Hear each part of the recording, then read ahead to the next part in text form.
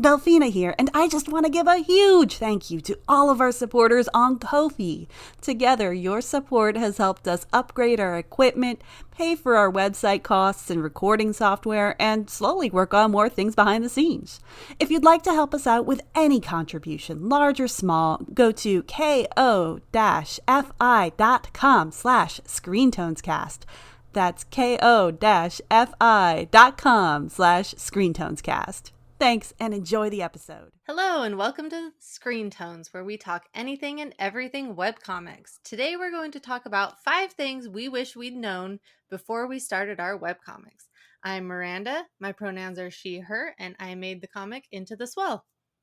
And I'm Delphina. I use she, her pronouns, and I make the webcomic Sombulus. I'm Crispy. I use she, they pronouns, and I make the webcomics Ghost Junk Sickness and Lunar Blight.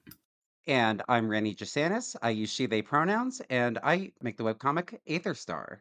Starting a webcomic can be a huge endeavor. Whether it's your first comic or your 5th, the beginning stages of webcomicking can be some of the best of times and the worst of times. It may surprise you to know, though hopefully it doesn't, that we here at Screen Tones have all started webcomics at one time or another. And so we want to share our favorite tips for essentially getting started. And what better way to do that than with a nice, neat, numbered list? So without further ado, let's dive into the 5 things we wish we knew before we started webcomicking. Rennie, take us away. So, my first number one tip is done is better than perfect. Webcomics are just what you make of them. You're allowed to start, stop, make them messy, and most importantly, experiment.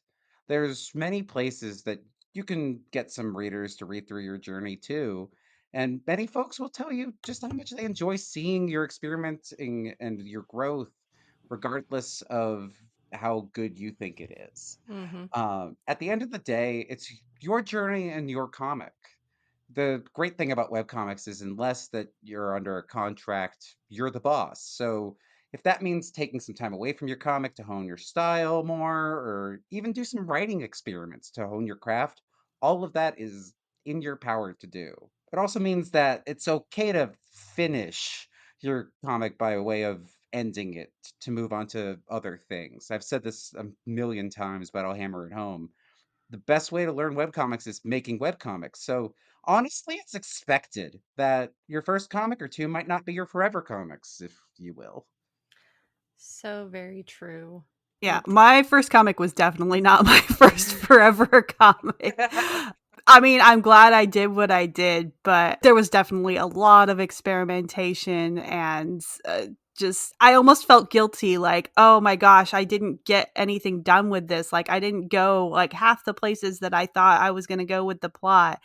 And letting go of that guilt was so important for me. You really do have to reframe it for yourself, because then you can move on if that's what you need to do. And I feel like the thing that makes it, like, if you think about, okay, my comic is over, and you feel the sense of relief, it's like, oh yeah, that needed to happen. That actually does need to happen. Is like the regret. It's like, oh, well, maybe I should keep going and find a way to make it work. It's all a balance. Yeah, I feel like you definitely, like, it's kind of a gut feeling when you know your comic's ready to end. I get, like, even if you feel like it's before your time. But yeah, I feel like I false started like 2 or 3 comics before I settled on to Into the Swell. Oh yeah. Yeah. Big same. Yeah. And I really like the idea that done is better than perfect, because like you're never going to know if you like comics or not if you don't even start either, right? So like I think that it's an accomplishment in itself to even try. And you know, we say this a million times on this podcast, but like there's a lot of hats to webcomics. It's not just, oh, just, you know, like I'm just gonna do it. I'm just gonna draw a comic, and it's just gonna be one thing. It's gonna be multiple things. It's gonna be understanding writing and understanding how it is to read it, understanding if the flow works and the art and the lettering and the blah blah blah blah blah. But not gonna know any of that unless you just kind of dive in, because you know it's not something that just automatically comes to you. Like anything, It doesn't come naturally. yeah, exactly. Anything just kind of comes with practice. So you know, you talking about like finishing it is also akin to like, you know, yourself being done with it too. And you know, Delphi made a really good point about like kind of like the first webcomic that she made, and it was like, okay, like, you know, it was it was good, or a relief when you're kind of done that. And you know, I've had many comics before that I've never finished, but I always take it as a learning experience with anything. Like, you know, kind of screw the sunk cost fallacy sometimes with this stuff. It's like I've learned and that still feels good. Yeah. And I think it also, like, the idea of done is better than perfect also applies to like individual pages of a comic. You're producing so much, and like, especially if you are like making a webtoon comic, you have a set amount of panels that you're required to produce a week. If you're wanting to keep up with an update schedule, like, you have quantity that you have to make, and that doesn't lend itself to having perfection in every single panel and every single page. Sometimes you just have to get it done and know that people are going to be looking at this panel for probably under 30 seconds, and so done gets it out there and lets you keep going instead of getting kind of stuck on a page or stuck on a scene or anything like that. And speaking of that, that brings it to my what I wish I knew before starting webcomics is you don't need professional skills. You don't need to go to art school. You don't need to have been drawing since you were 2 to make a webcomic. They are for everyone at any stage of your life. So don't let the high expectations of, like, you see all these amazing webcomics out there. Don't let the high expectations bar you from entering and creating what you want. Speaking as someone who picked up drawing in my late 20s, and I decided to do that by making a webcomic, it's very intimidating seeing the art of other people who have been doing this for years and years or have an art related career, so they're fantastic artists. It's intimidating, but it shouldn't stop you from putting your work out there. Obviously, you won't be able to compare your art quality with someone who's been doing it for 20 plus years, but that doesn't mean your story is any less valuable and less deserving of being told. So get it out there, and I can say from experience that a great way to improve your art is by making a webcomic. I really love this point because like I see that is like a fear in a lot of the community that I go into, that people feel like they have to be a certain like skill set to go into something, because I mean webcomics are daunting when you're seeing all of these like high quality things go and just kind of be in the front and center. But you know, I think it's important to let everybody know that want to try webcomics, that feel like they can't, that they can and they should. Like, it's a tool to learn. And also we live in a really cool kind of moment in time right now where there's a lot of accessibility from learning tools, learning to draw and stuff like that online. Like, not to sound like a boomer or an old person, but you know, back in my day, We like, know we you're had ancient, the Crispy. It's okay. Back in my day. Back in my day, we had the how to draw manga thing that was done by like some random North American person that was clearly not knowing what manga is. And you know, that's the things that I had to reference and stuff. Or like one of my favorite things was to take video game manuals and try to like trace or like draw from them and stuff. And it's just like, those are the tools that we had. And like, you know, you could still go and try to get other things, but like, you know, to Miranda's point, like, you don't need the to go to art school to do this. You don't need to be a professional to start doing any of this. Like, you know, you do have this really cool opportunity with what we have right now to kind of just go out and try. And I really encourage people to do that. I think there's a like disconnect too for me, because I didn't always understand what art school was, and I didn't understand what kinds of classes you could take there. Like, I do know there are some programs that will teach you sequential art specifically for certain things, but even then, like, you're not necessarily learning web comics in those kinds of programs. You're still having to figure out a lot of stuff by yourself that you won't figure out until you actually start a web comic. And back to the hats point, we wear a lot of hats that they're like no school is going to teach you. So it's really there's no like, okay, well, I've graduated from webcomic school, so I can start my webcomic now. That does not exist. It probably won't. And so your attempts are probably just as good as anybody else's. And even if you're struggling with something like anatomy or rendering, like there's still a lot to be said for knowing how to panel clearly, knowing how to, put your text bubbles in a way that are clear and can be read in order and stuff like that. There's all kinds of facets to comics that aren't covered in like, oh, well, I learned how to draw good, so that's all I need to know. So there's lots to learn no matter what stage you're at. Yeah, and the other thing to consider too is that, even if you didn't go to art school, whatever you are doing now is good and informative for comics. Comics are a way of imitating life too. So even if it's, you're doing your own thing, that is able to support your comics too. So I wouldn't even discount, like, I know for me, I went to school for engineering, and I don't think I would be able to do comics if I didn't have a full-time job that allowed me to really pursue them to the best of my abilities. Big same. So just make sure you aren't discounting yourself for that too. Crispy, tell us your first tip. My first tip. I guess. Your thing you wish you knew. Number one, in no particular order. Well, honestly, it's definitely connected to what you said, Miranda, but asking other webcomickers for advice. Like, I always thought I had to do it on my own, and like when I started reaching out to others, that's like really, really crazy, and it's a big, big, big game changer for me. I think I've mentioned this in like other episodes, but like being in the webcomics community is still a new thing for me. Like in the last 5 years, which feels really weird because like I have too many thoughts about webcomics now and I'm such a loudmouth.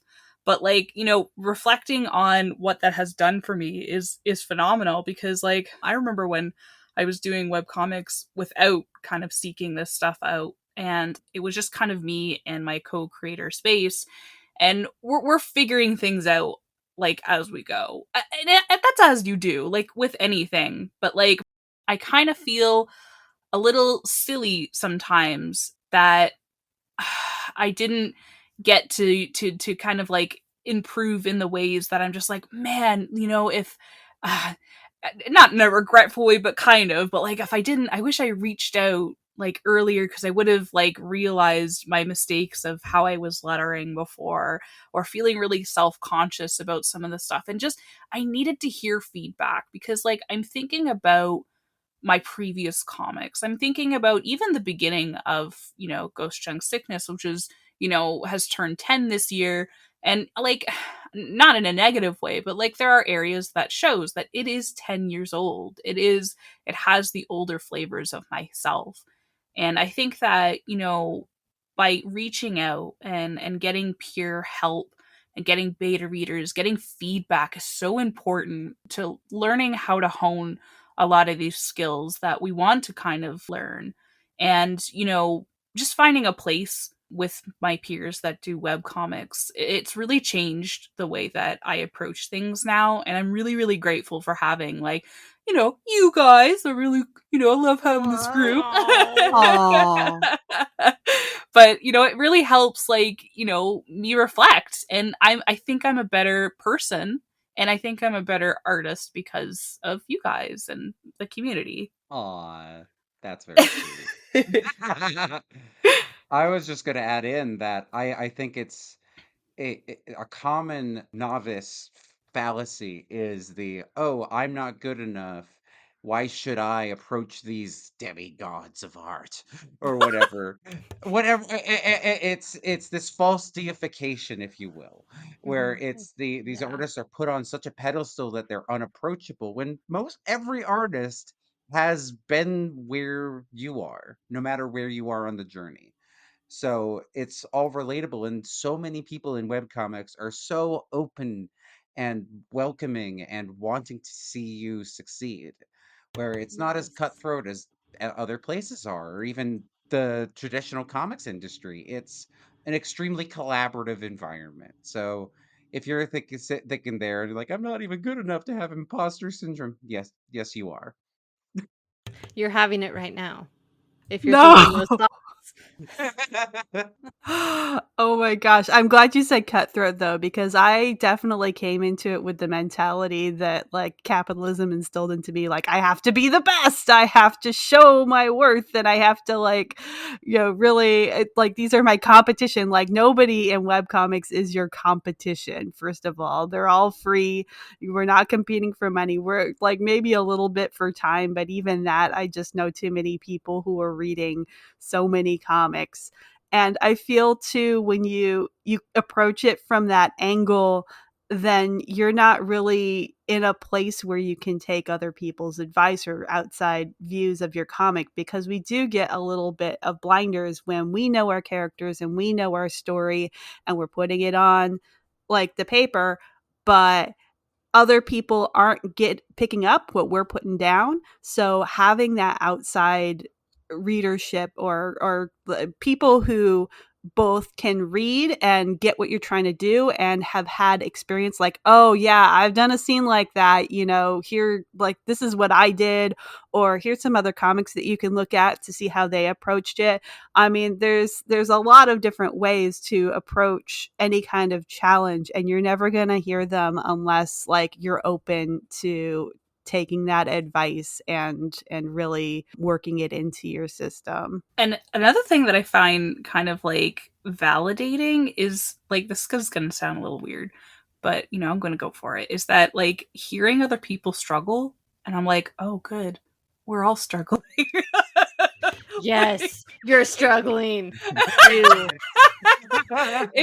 it kind of humbles me, because I'm just like, oh, okay, like, this wasn't something like Rennie said, like them almost feeling like some like god form when they have such an amazing webcomic or work or whatever.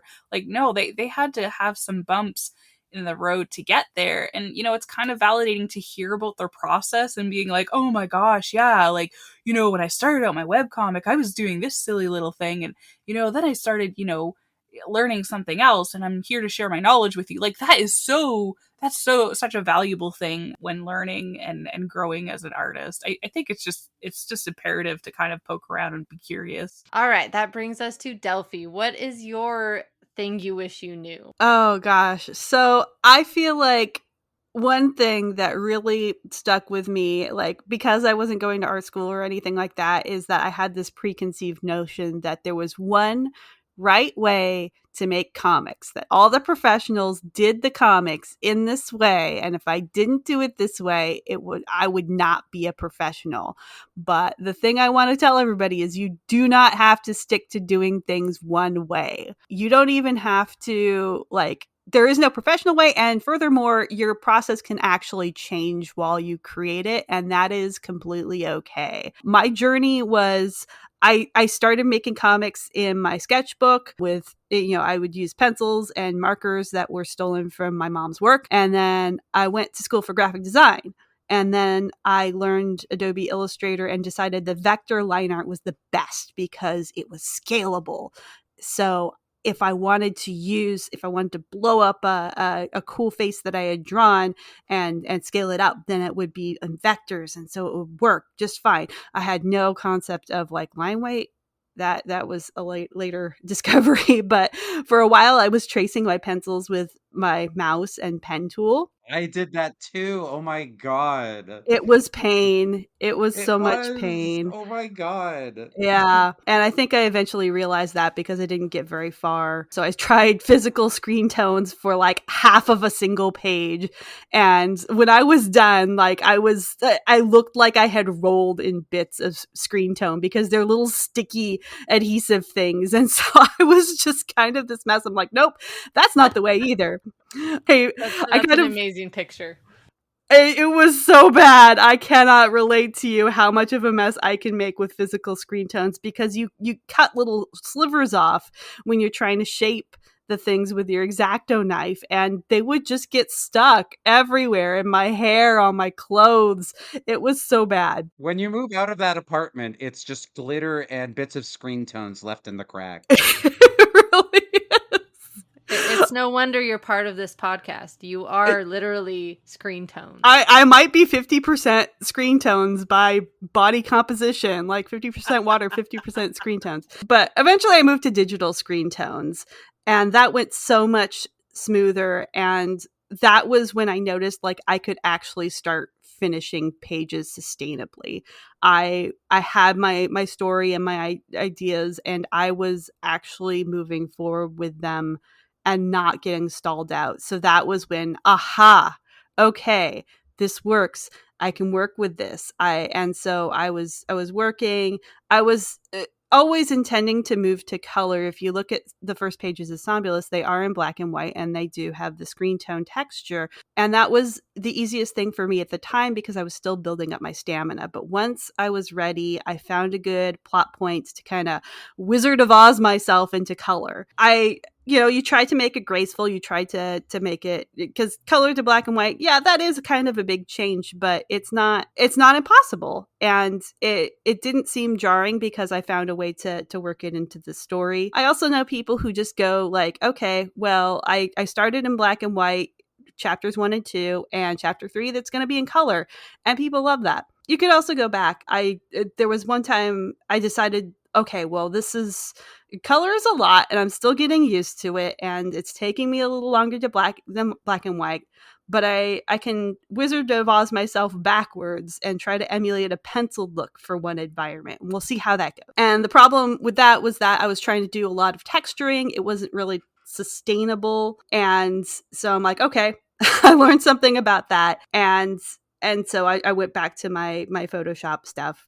And then the next thing was like people started talking about Manga Studio, and which was later become Clip Studio, and how much easier the inking stuff was. And that was scary to try to consider, like moving to an entirely new program that I never went to school for, that I couldn't figure out. But like, okay, I want to try it. I want to. Everyone says it's a really good experience, so sure, I'll go back to like a limited color palette again, just so I can start learning this new system and program.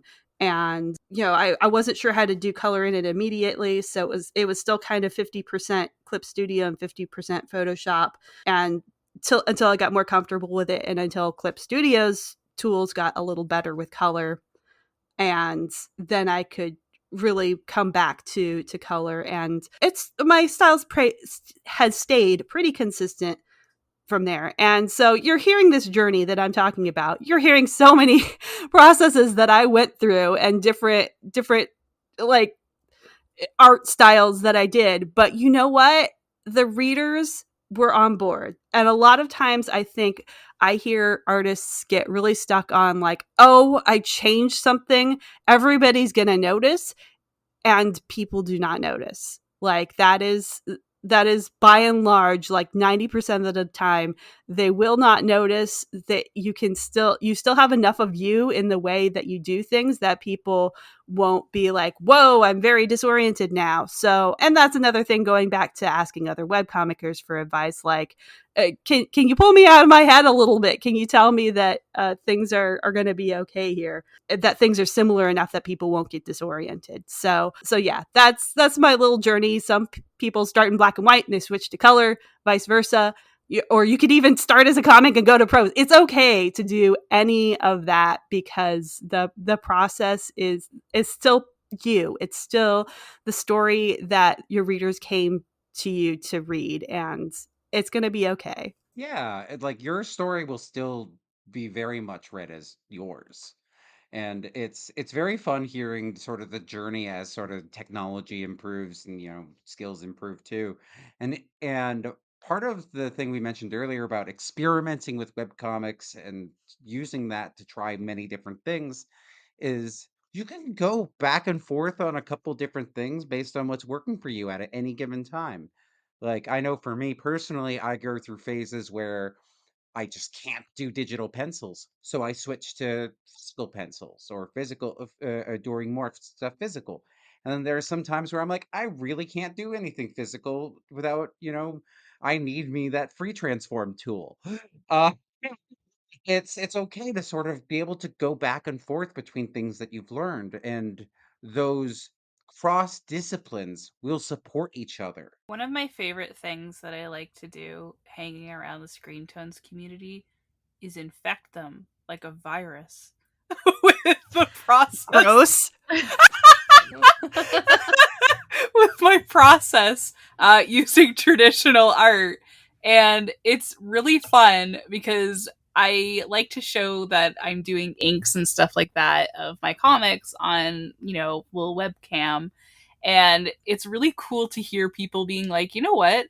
I think I actually want to change my process and try like traditional inks and stuff like that. And like, even not that specific example, just seeing other people change what they want to do, because I'm going back to Delphi's point where she mentioned about finishing pages sustainably.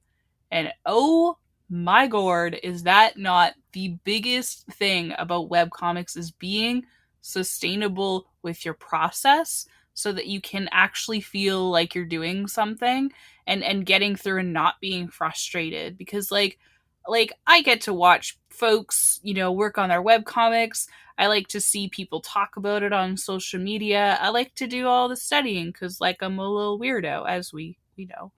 And, I see folks struggle on the process because they're trying to go for what a lot of other people do, or they're trying to force things that it's just taking too much time, but they feel that they have to do it because it's like, well, I already started the comic this way and I have to continue using these horrible 3D models of horses and they just look so bad, but I can't change them because it's already part of the comic. And it's like, no, you can change those 3D horses if you'd like. You don't have to stick to them.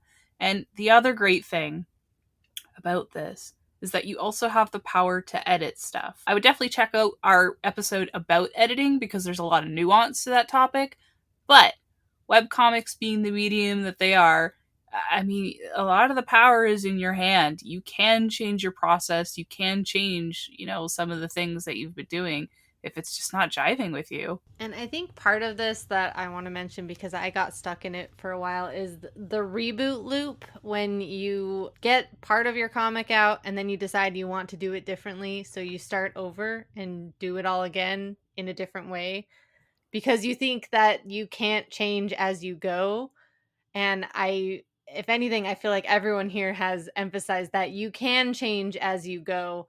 You do not have to just keep repeating yourself trying to figure out your process and perfect it so you will do it forever.